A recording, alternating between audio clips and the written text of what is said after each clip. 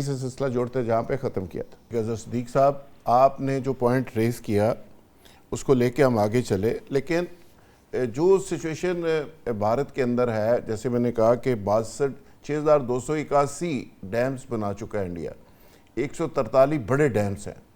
आपने एक डैम शुरू किया कालाबाग और उस पर सियासत इतनी हुई कि पता चला कि पाकिस्तान के अंदर एक रिपोर्ट मैंने पढ़ी कि 500-600 NGOs उसकी मुखालफत में काम कर रही हैं और बिलियन रुपए बाहर से आ रहे हैं, और किसी हुक्मरान को जुर्रत नहीं हुई मार्शल समेत के उस प्रोजेक्ट को लेके आगे चल सके, और वो सियासत की नज़र हो गया।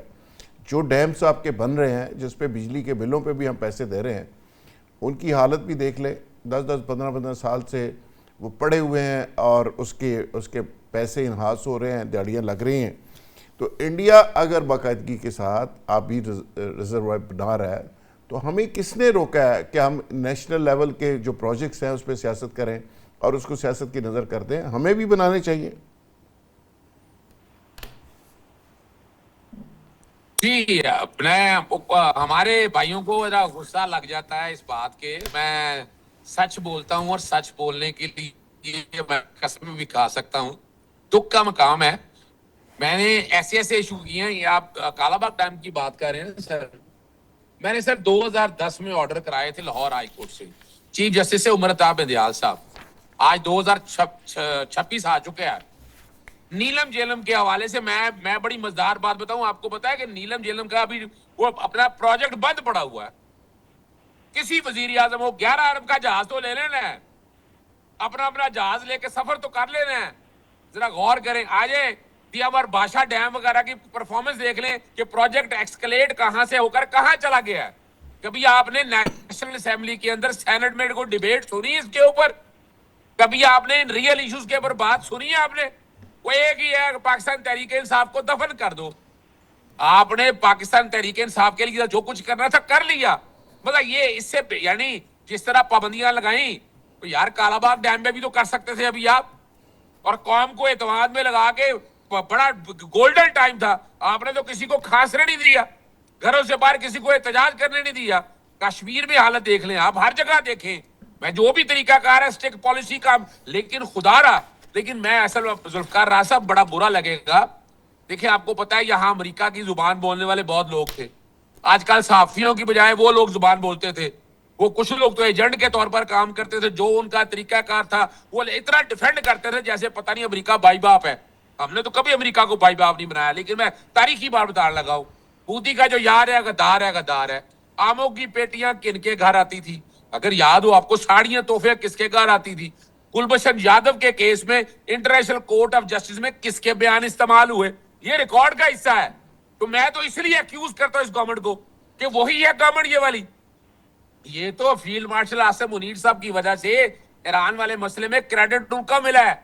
इस गवर्नमेंट के पास कुछ नहीं है कहने के लिए। अगर अच्छा। कुछ होता तो ये रिकॉर्ड पे सारा रखते। कश्मीर कमेटी का बड़ा जबरदस्त, आपको पता है कश्मीर कमेटी में चाय पी जाती है, पानी पिया जाता है, दौरे किए जाते हैं, गाड़ियां दी जाती हैं। इन्होंने क्या किया है? अभी मैंने आपके सामने इंडस वाटर कमीशन का बताया ना। आज चेयरमैन ओगरा की तरफ ले चलते हैं। वो चेयरमैन ओगरा हमारे सेक्रेटरी वो बैठे हुए हैं अपना नबील अवान साहब आजी तौर पर। अच्छा जी, वो सीसीपी का चेयरमैन लगाया 19 से पता नहीं 20वें ग्रेड का जफर अजाजी साहब, जो सागदार के राइट हैंड है एफटीओ का चेयरमैन, उसको लगा दे। अभी वो पार्कों का पता लगा आपको? वो जनाब सिकंदर सुल्तान राजा की मिसेज, क्या ऐसी खास बात थी, आहत चीमा बैठा हुआ है। वो खुदा रहा यार, यानी वो जो $3,500 पैसे ले रहे हैं यार, कभी ये भी सोचा?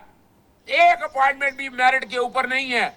जिस दिन मेरिट बेस्ड लोग बिठाएंगे ना तो ये मुल्क आगे जाएगा। जी तंगी इनके साहब, पास कहने के लिए कुछ नहीं है। आपने इस निजाम को आगे लेके जाना है ना खुदारा। ओके पिछले तंगी 4.5 साल के अंदर बता दे पार्लियामेंट के अंदर कौन सा रियल इशू। अच्छा, तंगी इनका साहब, रियल इशू क्या है? वो अब सुने, वो जो चेयरमैन एफबीआर है ना, वो भी वो पार्कों की कंपनी के डायरेक्टर है। अच्छा, वो 97% रिकवरी होती है इनकम टैक्स से ऑटोमेटिक। इन्होंने 2000 अरब रुपया पीडीएल लगा दिया, एक आम आदमी की हवा निकाल दी, महंगाई इतनी कर दी, तो भाई ये बर्बादी कर दी है इस मुल्क की। वो हमें समझाते हैं और यार जैसा भी इंडिया सही, उसकी इकोनॉमी देखे, उन्होंने बिजनेसमैन को कैसे प्रोटेक्ट किया है। इतने बड़े बिजनेसमैन पूरी दुनिया में छाए हुए हैं। वजह मुझे आज भी याद है जुल्फिकार राज साहब, 83 की बात बता देता हूं, मैं मैट्रिक में था। पाकिस्तानी करेंसी उस वक्त 90 पैसे की थी और इंडियन 1 रुपया था। यही हुकूमतें हैं। बता दें आज कहां है इंडियन करेंसी और पाकिस्तानी करेंसी कहां बैठी है। पाकिस्तान के कर्जे लेकर मुल्क चला रहे हैं। खुदा रहा यार, तंगी साहब हाथ खड़ा कर रहे हैं, तंगी साहब से जरा पूछ लें। तंगी साहब, ये बातें तो अजहर सिद्दीक साहब जो कर रहे हैं, फिर ये जवाब तो गवर्नमेंट को देना चाहिए। देखिए जुल्फिकार साहब, ये जो पीटीआई के साथ है जो कुछ बोलना चाहते बोले, ये चीखते हैं चिल्लाते हैं, और ये इसकी चीखने चिल्लाने से कुछ नहीं बनता। ये पाकिस्तान की हुकूमत की या वज़ीर आज़म की या प्राइम मिनिस्टर पाकिस्तान के किरदार के बारे में जो कुछ कहे दुनिया जानती है और दुनिया समझती है और दुनिया एक्सेप्ट भी करती है। और इसके जो जो जो जो जो प्राइम मिनिस्टर था, जिसने किरदार के बारे में तो कुछ नहीं कहा उन्होंने। मैं देखिए, इसने कहा था ना कि क्रेडिट सिर्फ और सिर्फ फील्ड मार्शल असीम मुनीर को जाता है और इस हुकूमत को कुछ नहीं मिलता है। तो ये इनकी सोच हो सकती है, लेकिन दुनिया की सोच नहीं है। दुनिया की सोच बदल गई है कि आज पाकिस्तान जो है पूरी दुनिया की सियासत का महवर है। ये माने या ना माने, इसके जो कठपुतली प्राइम मिनिस्टर था उसने अपनी हुकूमत में जो कुछ किया, मैं आपको थोड़ा सा बता दूं। देखिए, अपने डैम के बारे में बताया था, मैं बिल्कुल एग्री करता हूं कि हमारे जो डैम्स है वो सियासत के नजर होते हैं। लेकिन 18 अमेंडमेंट के बाद जब यहाँ पर खैबर पख्तूनख्वा और तमाम सूबों को अपनी वसाइल को उस सूबे के लिए इस्तेमाल करना चाहा, 2013 में जब यहाँ ज़िमनी इलेक्शन हो रहा था और इसका जो मुजरिम कैदी 804 वहाँ स्वात में जलसे के लिए खड़ा हुआ, तो उसने एक ऐलान किया कि मैं 350 डैम बना दूंगा। उसको 350 डैम बना के इतनी बिजली दूंगा कि उससे न सिर्फ खैबर पख्तूनख्वा पाकिस्तान, बल्कि उन डैम से मैं पूरी दुनिया को बिजली दूंगा।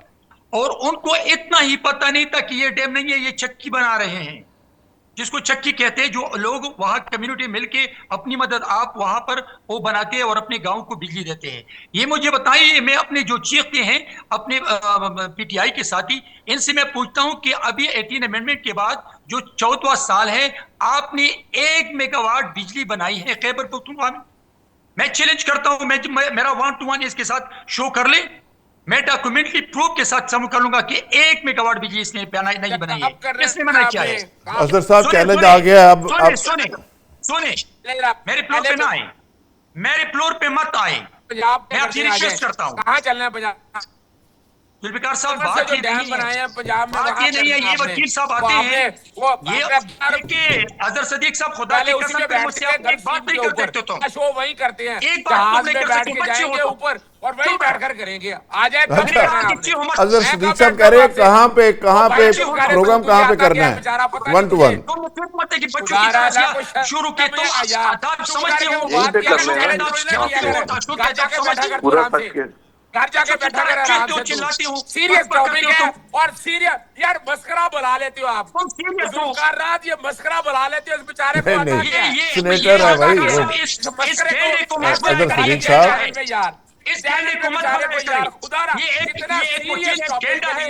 जुल्फिकार राज साहब सीरियस टॉपिक के लिए नहीं सुने ना, बात तो सुने ना, आपने कर ली, उनकी भी सुने। बारी बारी पे बात करें प्लीज।